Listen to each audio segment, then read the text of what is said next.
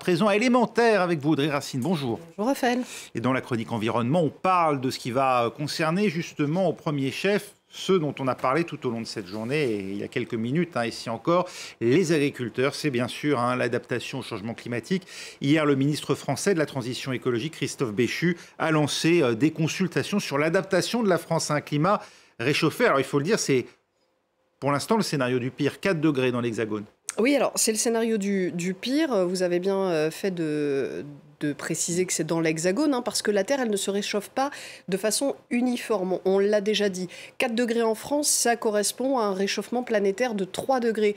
Alors, scénario du pire, oui, mais dans le scénario médian malheureusement, on est actuellement sur cette trajectoire-là. En France métropolitaine, on est déjà réchauffé de 1,7 degré.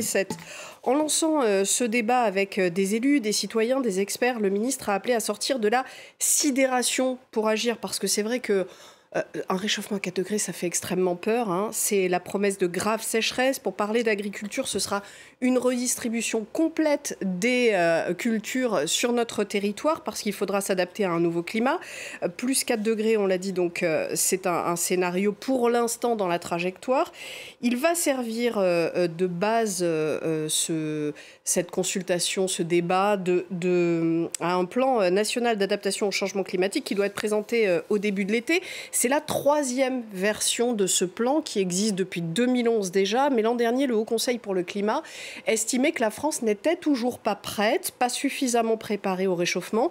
Pour parler concrètement, il s'agit de préparer les villes et les bâtiments à des canicules plus fortes, plus fréquentes, aux inondations aussi, de prendre des mesures concernant la santé face à une série de menaces, de préparer l'industrie aux nouvelles conditions climatiques, le travail, etc. Alors évidemment, on aimerait bien pouvoir l'éviter, atténuer comme on dit, mais voilà, l'adaptation, c'est aussi inévitable. Est-ce qu'il est justement possible de s'adapter à un tel réchauffement ? Alors, plus 4 degrés, il faut bien comprendre que le climat de Lille en 2050 sera celui de Bilbao.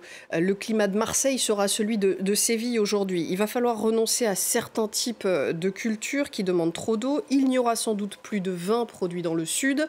Il n'y aura sans doute plus de champagne non plus, puisqu'il faut un climat frais pour le champagne.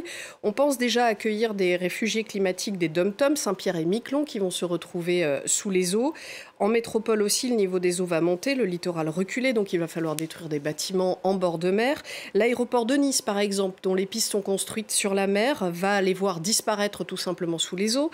Bref, vous commencez à comprendre l'ampleur des mutations qui nous attendent. Selon l'Institut de l'économie pour le climat, le coût de l'adaptation en France sera supérieur à 2 milliards d'euros par an. Et plus on attend, plus ça va coûter cher parce qu'il faudra faire plus vite. On a pris l'habitude de chiffrer le coût du réchauffement climatique pour rendre ça plus concret pour les gens, pour les décideurs.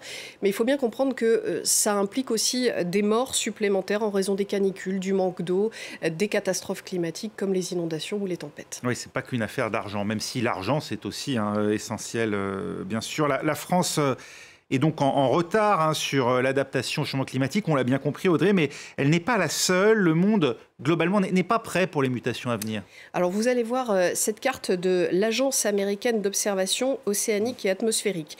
Chaque point représente la température humide, c'est-à-dire la température la plus basse une fois que l'humidité s'est évaporée.